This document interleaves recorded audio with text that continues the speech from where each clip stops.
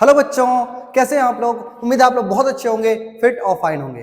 तो बच्चों, last class में हम लोगों ने शुरू कर लिया है क्लास 10 चैप्टर नंबर 7 जो कि हमारा निर्देशांक ज्यामिति। और बच्चों, लास्ट क्लास में हम लोगों ने बहुत ही अच्छे से बेहतरीन तरीके से इस चैप्टर के इंट्रोडक्शन को समझने की कोशिश की है। उम्मीद है आपको निर्देशांक ज्यामिति का फुल फ्लैश जो इसका टॉपिक है, इसका एक्सप्लेनेशन है, इसका इंट्रोडक्शन है, वो बहुत ही अच्छे से समझ में आ जाएगा। तो बच्चों, आज का जो है वो हमारा क्लास होने वाला है एग्जाम्पल नंबर फर्स्ट से। तो बच्चों, हमारा सबसे पहला एग्जाम्पल पे हम लोग ट्राई करते हैं। सबसे पहला एग्जाम्पल क्या कहता है, क्या बिंदु 3 और 2 -2 और -3 2,3 एक त्रिभुज बनाते हैं, और यदि हाँ तो बताइए वो किस प्रकार के त्रिभुज बनाते हैं। तो बच्चों, यदि हमको इस क्वेश्चन को सॉल्व करना है तो सबसे पहले हमको क्या समझना होगा। देखिए, हमारे सामने 3 बिंदु दे रखा है ना। एक बिंदु है, मान लेते हैं 3,2, ठीक है, एकदम ध्यान से पढ़ना है, 3,2। दूसरा है हमारे सामने, और ये दे रखा है आपका -2, -3, और तीसरा दे रखा है 2,3, है ना बच्चों। तो इस तरह से यदि हमारे पास 3 पॉइंट है और कहता है बताइए क्या ये कोई त्रिभुज बना रहे हैं, और यदि ये कोई त्रिभुज बना रहे हैं तो ये किस प्रकार का त्रिभुज बना रहे हैं, ये आपसे क्वेश्चन पूछा जा रहा है ना। तो सबसे पहले हम लोग बना के देखते हैं कौन कौन सा त्रिभुज है। इसे हम लोग मान लेते हैं ए, इसे मान लेते हैं बी, और इसे मान लेते हैं सी। तो बच्चों, सबसे पहले हम लोग दूरी का सूत्र पढ़ रखे हैं, है ना। तो दूरी का सूत्र क्या होता है ये आप लोग को याद होगा। चलो, सबसे पहले हम लोग क्या करते हैं, लिखेंगे दिया है ना, दिया है। बनाना कैसे आपको एग्जामिनेशन में उसका ध्यान रखना है। दिया है ए का निर्देशांक, ठीक है। ए का निर्देशांक जो है बच्चों, ये हम लोग क्या मान लेते हैं, तो ये हमारा दिया नहीं है, इसे हम लोग मानते हैं, ठीक है ना। ये चीज तो दिया है, या तो बोल सकते हैं ये क्या है हमारा, ये है 3,2। अच्छा, ऐसे ही बी का निर्देशांक क्या हो जाएगा बताओ, ये हो जाएगा आपका -2, -3। ऐसे ही सी का निर्देशांक क्या हो जाएगा, तो ये हो जाएगा 2,3, ठीक है। अब आपको क्या करना है, सबसे पहले निकाल लेना है ए बी, ठीक है बच्चों। तो ए बी का जो दूरी का सूत्र है, ये फॉर्मूला आपने पढ़ा होगा, x2 - x1 का होल स्क्वायर और प्लस y2 - y1 का होल स्क्वायर। एकदम ध्यान से देखना है, बहुत ही आराम से हम लोग सीखने वाले हैं। तो बच्चों, x2 कौन सा है, यदि हम इन दोनों में गौर करें, चूंकि हम लोग a और b निकाल रहे हैं, तो ध्यान ये रखना है आपको कि ये बन जाएगा x1 y1, ये बन जाएगा x2 y2। तो इस हिसाब से यदि हम वैल्यू रखने की कोशिश करेंगे तो फॉर्मूला कहता है x2 - x1, इसका मतलब ये क्या बन जाएगा, x2 हमारा है -2 माइनस x1 हमारा क्या है, तो ये 3 है, इसका होल स्क्वायर हो जाएगा, और प्लस आगे क्या होगा y2 - y1, मतलब -3 और माइनस यहाँ पर हो जाएगा 2, इसका होल स्क्वायर कर देंगे। तो एक्चुअली में क्या बनने वाला बताओ, -3 और -2 क्या हो जाएगा, -5, होल स्क्वायर कर दोगे तो ये हो जाएगा 25। ऐसे ही 3 और 2 5 होता है, स्क्वायर कर देंगे तो 25 बन जाएगा, और यहाँ पर ये बन रहा है √50। क्या बन रहा है बच्चों, √50, ठीक है। इसका यदि हम पॉइंट में वैल्यू लाना चाहें तो ये आ जाएगा 7.07 के आसपास में, ठीक है। तो हम लोगों ने क्या निकाल लिया है, ए बी निकाल लिया है। और क्या करेंगे, और ए बी निकालने के बाद हम बी सी निकालने की कोशिश करते हैं। तीनों भुजाएं आपको निकाल लेना है, तो तीनों भुजा अब हम क्या करेंगे, बार बार ये फॉर्मूला नहीं लिखेंगे, अब डायरेक्ट वैल्यू पुट करते हैं। अब जब हम बी सी यूज कर रहे हैं बच्चों, तो ध्यान क्या रखना है आपको कि बी सी में अब क्या होगा ना, ये बी का जो वैल्यू है ये हो जाएगा आपका x1 y1, और ये बन जाएगा आपका x2 y2। इस हिसाब से यदि हम बनाना चाहेंगे तो कैसे बनेगा, देखो x2 - x1 करेंगे, मतलब -2 और -2 का होल स्क्वायर हो जाएगा, नहीं x2 - x, सॉरी ये क्या हो जाएगा, x2 - x1 ना। तो ये ऐसे लिखना होगा हमें कि हमको लिखना होगा b से लेके c तक में x2 क्या है हमारा 2 है, और माइनस x1 हमारा है -2, तो माइनस इसको भी कर देगा प्लस, और यहाँ बन जाएगा इसका होल स्क्वायर। इसी तरह से यहाँ 3 और 3 फिर क्या हो जाएगा बच्चों, 3 माइनस, और फिर यहाँ पे -3 है तो माइनस माइनस क्या कर देगा, +3 कर देगा, इसका होल स्क्वायर। बोलो समझ में आया कि नहीं, एकदम आराम से समझना, आहिस्ता आहिस्ता समझना है, बहुत ही आराम से सीख रहा है। तो बच्चों, यहाँ पर 2 और 2 हो जाएगा 4, और 4 का वर्ग क्या हो जाएगा, तो 4 का वर्ग हो जाएगा 16, और यहाँ पर 3 और 3 6 हो जाता है, 6 का वर्ग हो जाएगा आपका 36। इन दोनों को यदि हम आपस में जोड़ देते हैं तो ये बच्चों बन जाता है हमारा रूट के अंदर 52, और 52 का वैल्यू यदि आप निकालोगे तो ये आ जाएगा 7.21 के आसपास में, ठीक है। ये आप कर सकते हैं, बाद में कैलकुलेट कर सकते हैं, कोई दिक्कत वाली बात नहीं है ना। तथा और कौन सी बचा हुआ, देखो हमने ए बी निकाल लिया, हमने बी सी निकाल लिया, अब हमको निकालना होगा सी ए। तो बच्चों, सी ए यदि हम निकालते हैं तो इसका फॉर्मूला वही हो जाएगा जो हम लोगों ने अभी तक पढ़ते आया है। मतलब इसको अब देखो, जब हम सी ए की बात करते हैं, 1 मिनट प्लीज, है ना, इरेजर थोड़ा छोटा हो जा भाई, और यहाँ पर तुम चले जा, साफ हो जा, ठीक है। अब देखो बच्चों, हम लोग क्या कर रहे हैं, सी ए निकाल रहे हैं। तो सी हमारा कौन सा है, ये 2 और 3 है, और ए कौन सा है, 3 और 2 है। तो ध्यान ये रखना है आपको कि हमारा x1 ये काम करेगा, y1 ये काम करेगा, x2 ये काम करेगा, y2 ये काम करेगा। हालांकि हमारा फॉर्मूला जिस तरह से मैंने आपको लास्ट क्लास में सिखाया है कि फॉर्मूला किसी भी तरह से हो, x1 माइनस x2 हो या x2 माइनस x1 हो, कोई दिक्कत वाली बात नहीं है। तो इस हिसाब से यदि हम बनाना चाहेंगे बच्चों, तो क्या हो जाएगा, सी ए में सी हमारा हो जाएगा 2, सॉरी x2 माइनस x1 ना, तो 3 माइनस 2 कर देते हैं, है ना। हमेशा एक जैसा फॉर्मूला यूज होगा तो ज्यादा अच्छा रहेगा। और प्लस y2 माइनस y1 कर देंगे तो ये हो जाएगा 2 माइनस 3 का होल स्क्वायर।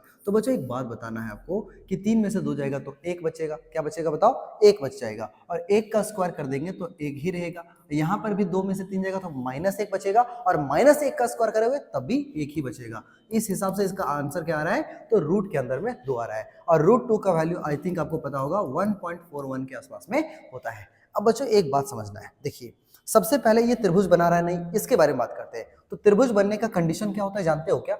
त्रिभुज बनने का कंडीशन ये होता है कि यदि दो भुजा, देखो ये हमारा कितना आ रहा है, ये हमारा आ रहा है √50, ये हमारा आ रहा है √52, और ये आ रहा है बच्चों √2। अब ऐसा मत सोच लेना कि √50 और √2 को आपस में जोड़ देंगे तो √52 आ जाता है, ऐसा बिल्कुल नहीं है, आप गलत सोच रहे हो, है ना। रूट के अंदर इस तरह से हम नहीं जोड़ सकते, क्योंकि ये दोनों अपरिमेय संख्या है, और अपरिमेय संख्या को जोड़ के हम इस तरह से नहीं लिख सकते। तो एक्चुअली में जब भी दो संख्या, अब इसको ये हम लोग ये पॉइंट वाला वैल्यू को यूज करेंगे बच्चों। एक्चुअली में ये जो है ये 7.07, और ये हमारा है 7.21, और ये हमारा है 1.41। यदि हम इन दो वैल्यू को आपस में जोड़ दें और यदि वो तीसरे से बड़ी आ जाती है, बड़ी संख्या बन जाती है, मतलब त्रिभुज बन सकता है। मैंने आपका इसका एक्सप्लेनेशन मैंने आपको पहले भी बता रखा है कि यदि त्रिभुज बनने का एक कंडीशन होता है कि यदि कोई भी त्रिभुज है और दो भुजा को जोड़ने पर यदि तीसरी भुजा से बड़ी हो जाए, वो ज्यादा हो जाए, तो समझ जाना वो त्रिभुज बन सकता है। और यदि ये त्रिभुज मान लो कि 10 है, ये 5 है, ये 5 है, तो ये दोनों बच्चों ऐसे आएगा तो जरूर, लेकिन ऐसे करके सो जाएगा, और जब सो जाएगा तो कभी त्रिभुज का निर्माण संभव ही नहीं है। तो इस हिसाब से हमने क्या देखा, लिखेंगे चूंकि ए बी है ना, ए बी और बी सी को आपस में जोड़ रहे हैं तो सी ए से बड़ा आ रहा है। या तो ऐसे भी कर सकते हो कि ए बी और सी ए को आपस में जोड़ रहे हैं, कोई भी दो भुजा को जोड़ सकते हैं। चूंकि ए बी और सी ए को आपस में यदि हम जोड़े तो ये बराबर नहीं हुआ बी सी के, है ना, ये बराबर नहीं हुआ, बल्कि ये जो है सो बड़ा आ रहा है। सी ए जो है बच्चों ये बड़ा आ रहा है किससे, तो बी सी से बड़ा आ रहा है। और यदि बी सी से बड़ा आ रहा है मतलब यह त्रिभुज बन सकता है। लिखेंगे अतः ए बी सी, है ना, अतः ए बी सी एक त्रिभुज है, एक त्रिभुज है। अब त्रिभुज है ये तो बात समझ में आ गया, किस तरह का त्रिभुज है ये जानने के लिए हमें क्या करना होगा बच्चों, गौर करेंगे आप तो आपको लगेगा सर यहाँ पे पाइथागोरस अप्लाई हो सकता है। पाइथागोरस क्या कहता है, लंब स्क्वायर बराबर कर्ण स्क्वायर जोड़ आधार, सॉरी लंब स्क्वायर प्लस आधार स्क्वायर बराबर कर्ण स्क्वायर। तो इन तीनों में जो सबसे बड़ी भुजा होती है वो कर्ण होता है। उम्मीद है आपको समझ में आ रहा होगा। जैसे कि मैं यहाँ पे क्लियर आपको समझाना चाहता हूँ कि आखिर है क्या, हमें कहना क्या है। देखो आप लोग जानते होंगे राइट एंगल ट्राइंगल का एक क्वालिटी होता है कि यहाँ पर ए है, यहाँ बी है और यहाँ सी है, तो जो एसी भुजा होगा बच्चों, है ना, नहीं सबसे बड़ी कौन है, बीसी है। तो हमको क्या करना होगा, यहाँ पर बीसी लिखना पड़ेगा।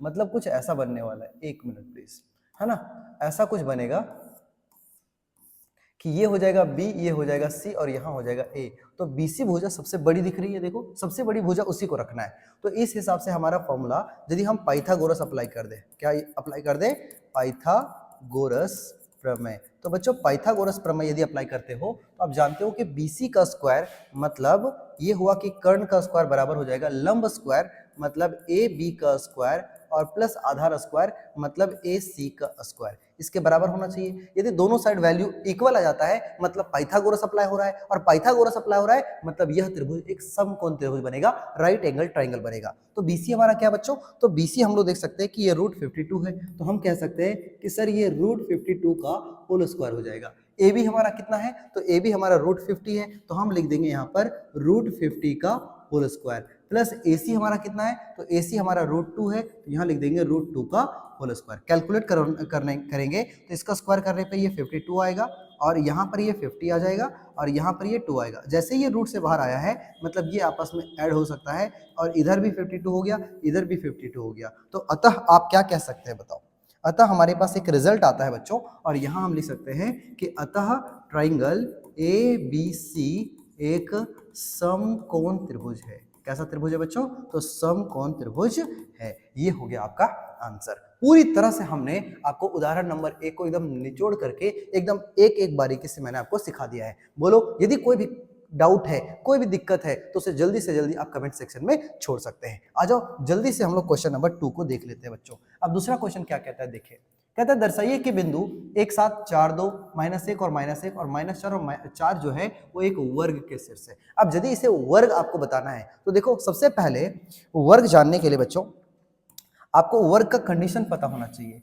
वर्ग होता क्या है, वर्ग का कंडीशन क्या क्या है। देखो जब भी वर्ग आपको जानना हो तो सबसे पहले आपके सामने 4 शीर्ष होने चाहिए, है ना। मतलब इस तरह के 4 आपके सामने कोने होने चाहिए और कोने होने के साथ साथ इसका निर्देशांक हमारे सामने दे रखा है। ये है हमारा 1,7 और दूसरा जो बी है बच्चों ये है आपका 4,2 और तीसरा जो है ये है आपका -1 और -1 और चौथा जो है बच्चों ये है आपका -4 और 4।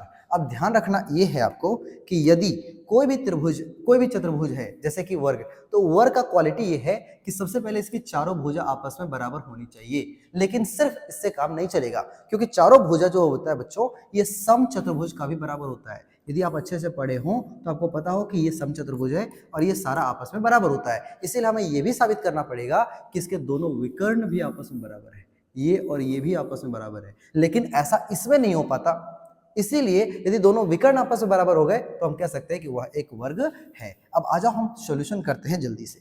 बच्चों सबसे पहले प्यार से लिखना है दिया है क्या क्या, है ना। तो हम लिखेंगे दिया है ए का निर्देशांक, है ना, ए का निर्देशांक। ए हम लोग किसको मान लिए थे, तो इसको मान लिए थे 1,7 को। ऐसे ही बच्चों आपको लिख देना है बी का निर्देशांक जो कि होने वाला है 4,2। ऐसे ही आपको लिख देना है सी का निर्देशांक जो होने वाला है -1, ऐसे लिख देना है डी का निर्देशांक और ये हो जाएगा बच्चों -4,4। ठीक है, इस तरह से हमारे सामने ए बी सी डी करके 4 निर्देशांक दे रखे हैं। अब कुछ नहीं करना है, आपको 4 में से चारों भुजा को ज्ञात करके देख लेना, पहले ए बी फिर बी सी फिर सी डी फिर डी ए, और यदि सारा आपस में बराबर आ जाता है तो हम इसे वर्ग कह सकते हैं। लेकिन अधूरा काम होगा, फिर यहाँ पर हमको विकर्ण भी निकालना होगा। आ जाओ शुरू करते हैं काम।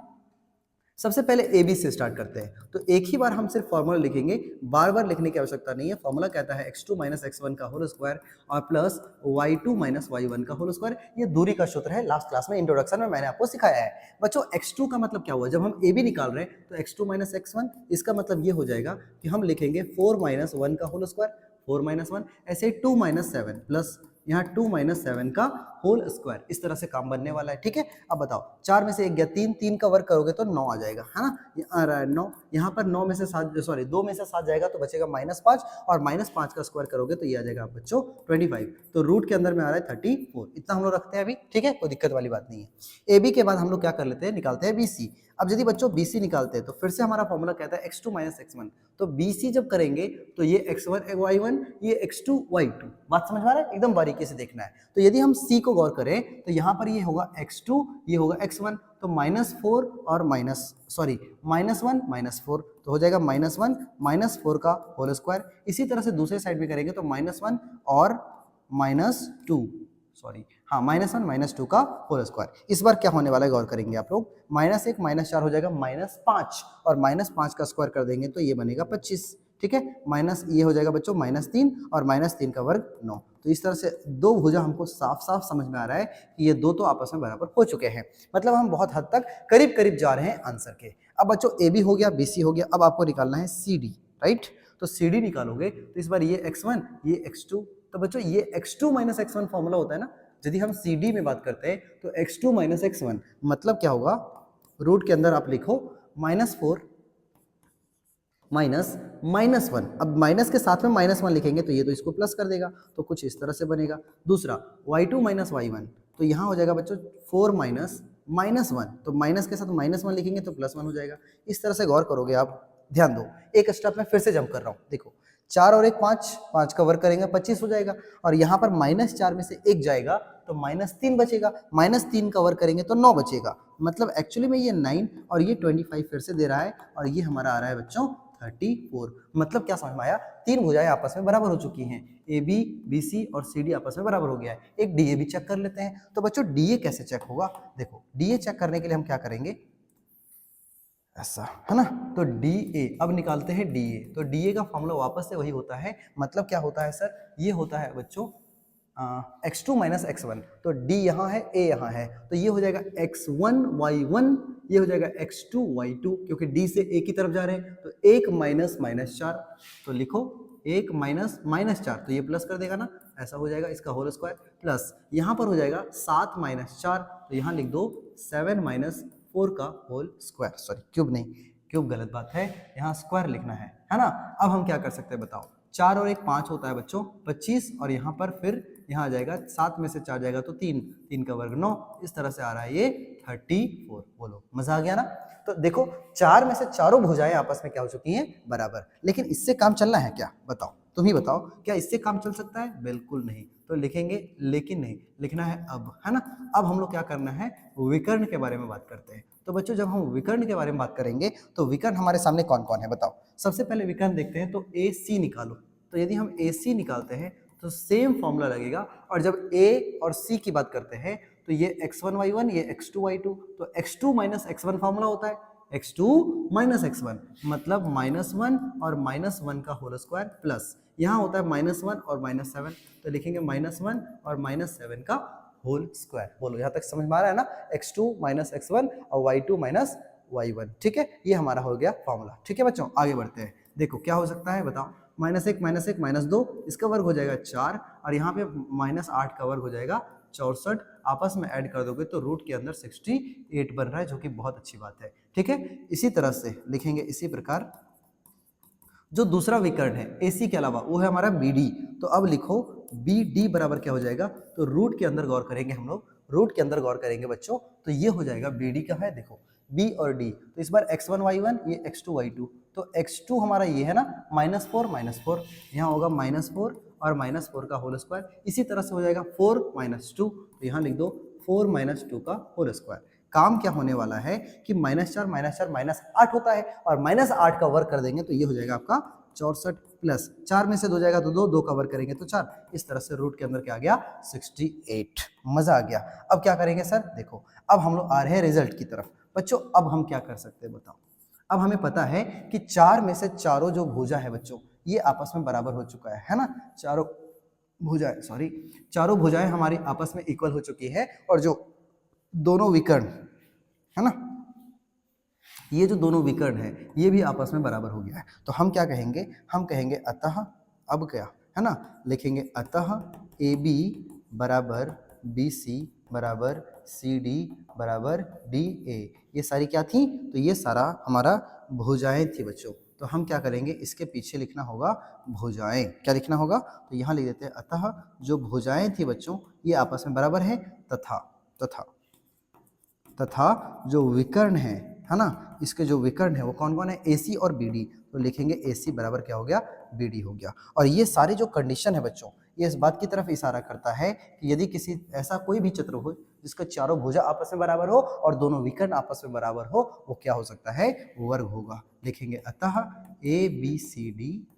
ABCD क्या है, एक वर्ग के शीर्ष है ना, वर्ग के शीर्ष हैं। ऐसे शीर्ष बनाए गए हैं जिससे चारों मिल करके क्या बना रहा है, तो एक वर्ग बना रहा है। बोलो कैसा लगा क्वेश्चन आज का, बहुत मजा आ गया है ना। तो बच्चों इसी तरह से आपको केवल और केवल दूरी का फॉर्मूला का इस्तेमाल करते हुए, है ना, एकदम डिस्टेंस का फॉर्मूला यूज करते हुए, और आपको सारे क्वेश्चंस इसी तरह से बनाने हैं, थोड़े थोड़े कॉन्सेप्ट को ऐड करते जाना है, आपके क्वेश्चंस एकदम पलक झपकते खत्म होने वाले बच्चों। तो बोलो कैसा लगा क्वेश्चन, बहुत मजा आ गया। चलिए बच्चों तो मिलते हैं आज के क्लास के लिए इतना ही, सिर्फ 2 क्वेश्चन लेकिन ढेर सारा कॉन्सेप्ट, इसके आधार पे आप आगे के क्वेश्चंस को ट्राई करेंगे। मिलते हैं फिर से नेक्स्ट क्लास में, तब तक के लिए देखते रहिए, अपने दोस्तों को शेयर करिए और जुड़ जाइए गुरुकुल साथी के साथ। तब तक के लिए थैंक यू वेरी मच, जय हिंद।